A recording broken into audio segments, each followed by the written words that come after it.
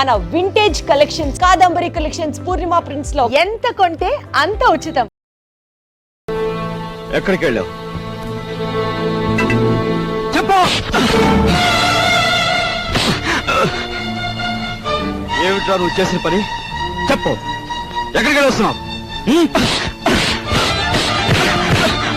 చెప్పు. ఏమిట్రా నువ్వు చేసిన పని?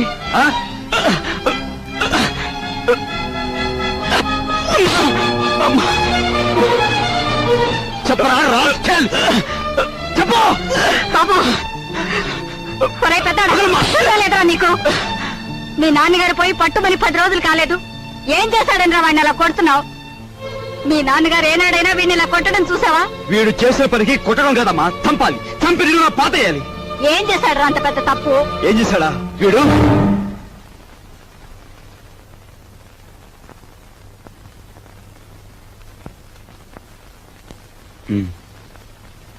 బాబు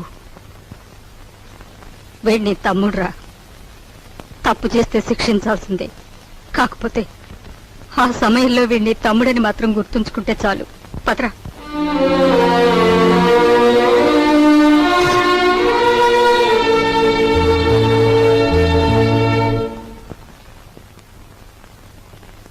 వాడెందుకు కుట్టాడో తెలుసమ్మా? చెప్పు. పక్కన కాబోయే పెళ్ళం ఉంది కదా, ఆవిడ ముందు గొప్పలు చూపించుకోవడానికి. ఒరే కృష్ణ, నువ్వు చిన్న కొడుకువైతే నీకంటే ముందు పుట్టిన పెద్ద కొడుకురా వాడు. నీకంటే ముందు నుంచే చూస్తున్నాను. వాడెప్పుడూ తప్పు చేయడు. వాడితో ఉన్న ఆ పిల్ల వాడంత గొప్పదని నా అభిప్రాయం. ఏం జరిగిందో తెలుసా అని వాడు నిన్ను చూసి ఉనికిపోయినప్పుడు నీ గురించి ఏ దుర్వార్త వినవలసి వస్తుందో అని భయపడ్డాను. ఏం జరిగిందని అడగటానికి కూడా ధైర్యం చాలకు వచ్చేశానురా.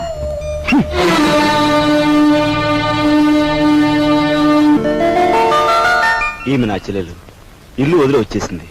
మీ సేవా సాధనలో ఉందేమో. సారీ, ఇలాంటి అమ్మాయి ఎవరూ లేరు. వస్తానండి.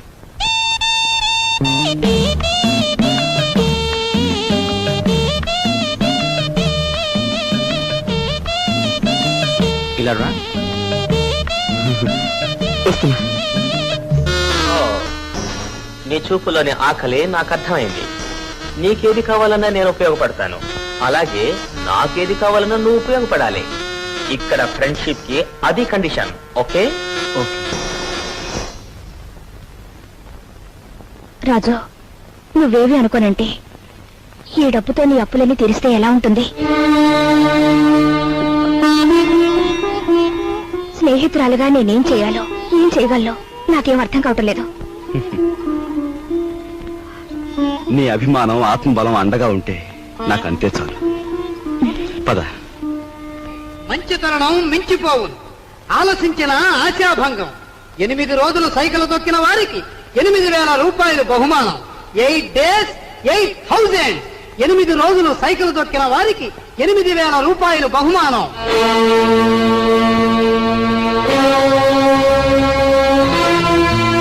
రాజు, అప్పులు తీర్చడానికి నువ్వు సైకిల్ తొక్కుతున్నావట. మనలాంటి కుటుంబాల్లో పుట్టి ఇలాంటి పనులు చేస్తే ఎంత పరువు తక్కువగా ఉంటుందో ఆలోచించు. నేను చాటుగానో సన్నాసి బుద్ధితోనో దొంగతనం చేస్తున్నాను అనుకో, లేదా కన్నవాళ్ళనే వెన్నుపోటు పొడుస్తున్నాను అనుకో, లేదా అప్పుల చేత పంచాయతీ జరిపించాను అనుకో, అప్పుడు నేను 10 మంది చేత చీ అనిపించుకునేవాడిని అవుతాను. ఏమిటా నువ్వు మాట్లాడేది? మొన్నటికి మొన్న కుమ్మరాడి దగ్గర కూలిపిని కొప్పుకొని ఏంటి పరువు మీద పెద్ద బండ పడేస్తావు.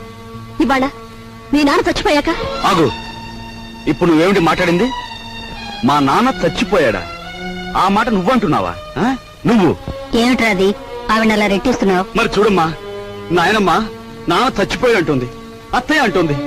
అసలు అసలు నాన్న చచ్చిపోవడం ఏంటమ్మా? Non sense. నాన్న చచ్చిపోలేదు. నాన్న చచ్చిపోలేదు. మనందరం కలిసి ఆయన చంపేశాం. అవునమ్మా, నిర్దాక్షిణ్యంగా కాలు రాసి చంపేశాం.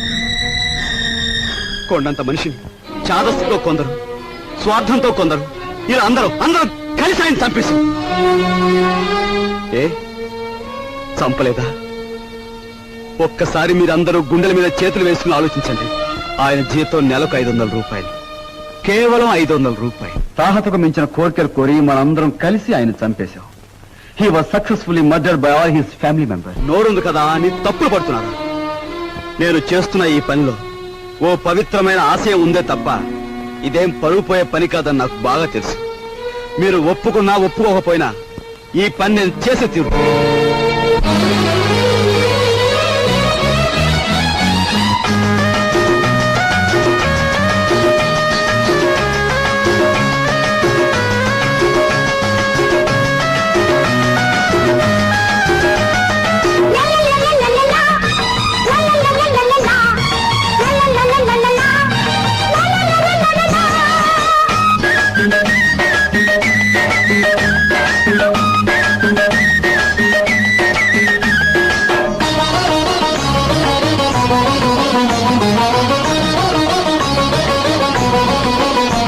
నీ దారి పూల దారి పోవోయి బాటసారి నీ ఆశలే భరించగా ఫలించు విజయభేరి నీ ఆశలే ఫలించగా ఫలించు విజయభేరి నీ దారి పూల దారి పోవోయి బాటసారి నీ ఆశలే ఫలించగా ఫలించు విజయభేరి నీ ఆశలే ఫలించగా ఫలించు విజయభేరి.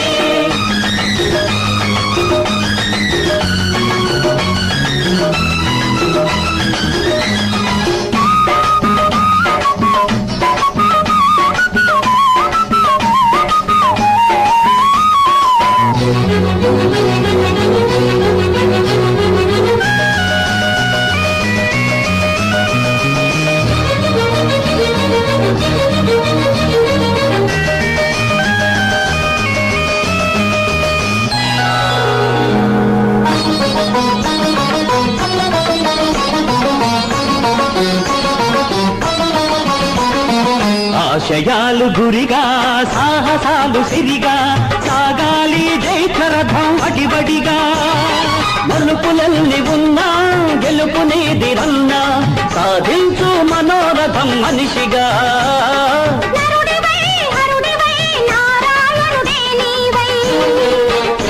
నీ వాసలే ఫలించగా వరించు విజయలక్ష్మి నీ వాసలే ఫలించగా వరించు విజయలక్ష్మి నీ దారి పూల దారి పోవోయి బాటసారి నీ ఆశలే ఫలించగా ఫలించు విజయభేరి నీ ఆశలే ఫలించగా ఫలించు విజయభేరి.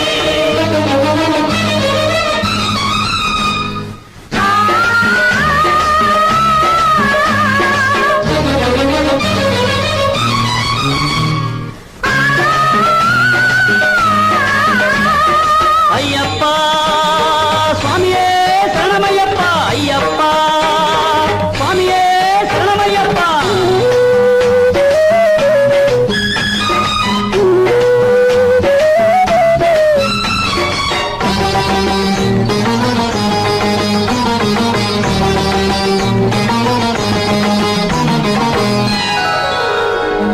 కాళరాత్రి ముగిసే కాంతి రేఖ మెరిసే నీ మండిన గుండెల నిట్టూర్పులలో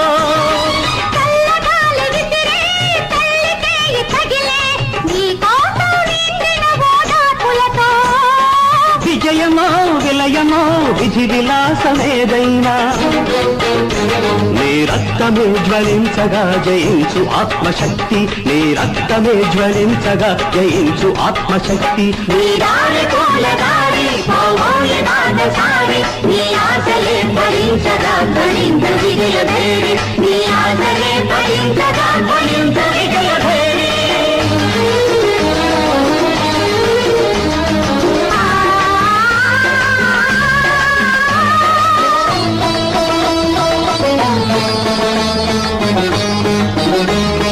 అయ్యప్ప స్వామియే శరణమయ్యప్ప అయ్యప్ప స్వామియే శరణమయ్యప్ప.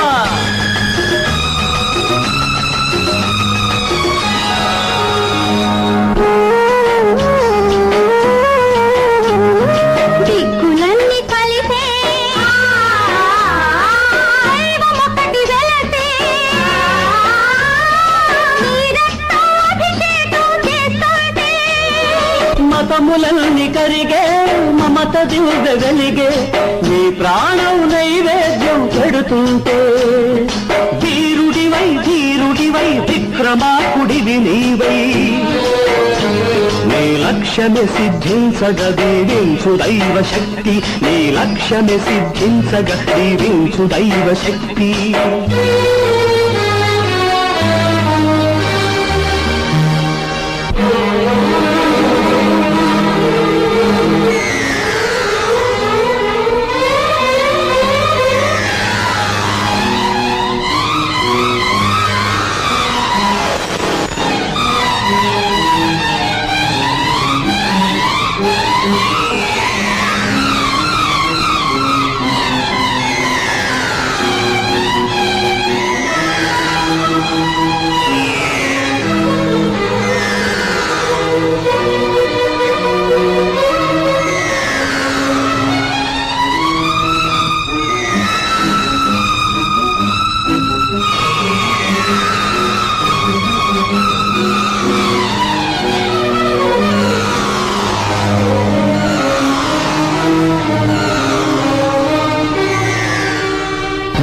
దారి పూలదారి పోవోయి బాటసారి నీ ఆశలే ఫలించగా ధ్వనించు విజయ భేరీ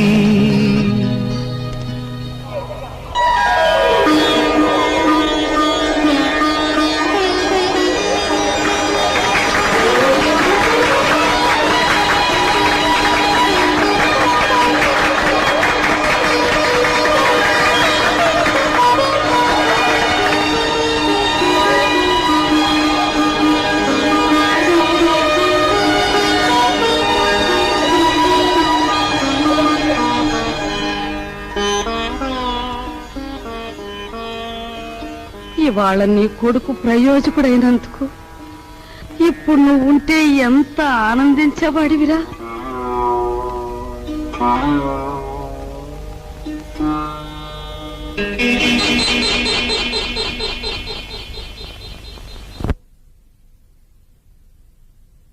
రాజుగాడి గదిలో దూరి డబ్బు కాజేద్దామంటే వాడు పడుకున్నాడో లేదో తెలియచావట్లేదు. పడుకున్నాడని దగ్గరికి వెళ్ళామనుకో వాడు బాంబుల పేర్లా పేల్తాడు. అసలు ఈ గొడవంతా దేనికి? నువ్వు మీ ముసల్దాన్ దగ్గరికి వెళ్ళి కుక్క పెట్టి ఒక ఏడు పేరు ఆవిడే కాచేసుకొచ్చి మనకిస్తుంది.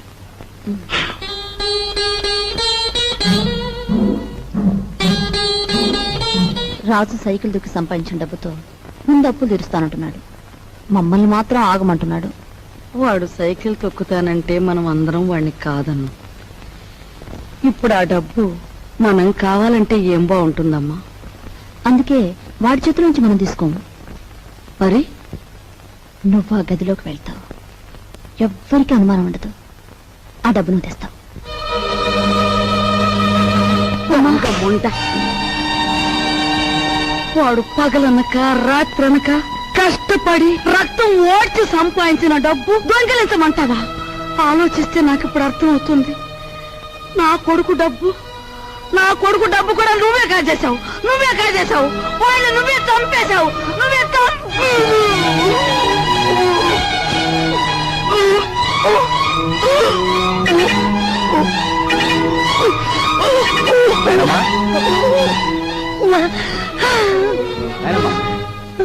బాబు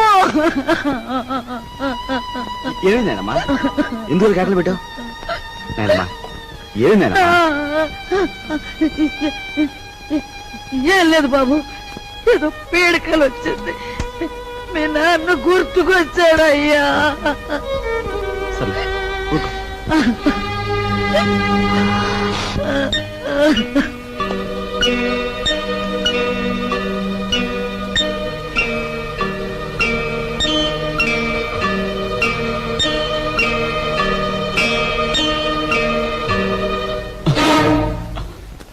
ఏమిట్రా లోపల చూస్తున్నా? ఏమిటి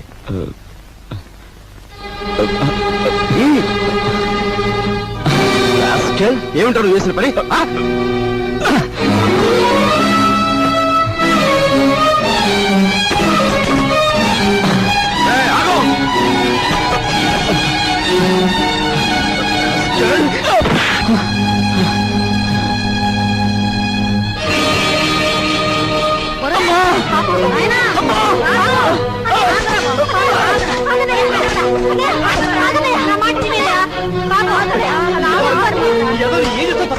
అమ్మా వదలమ్మా మీరు కూడా అమ్మా.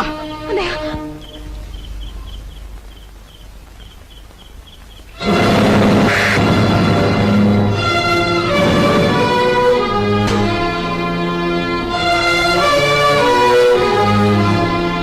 రేయ్, అన్నయ్య వదరా.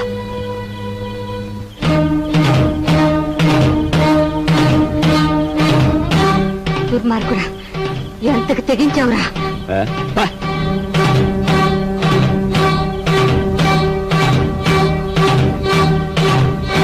రేయ్,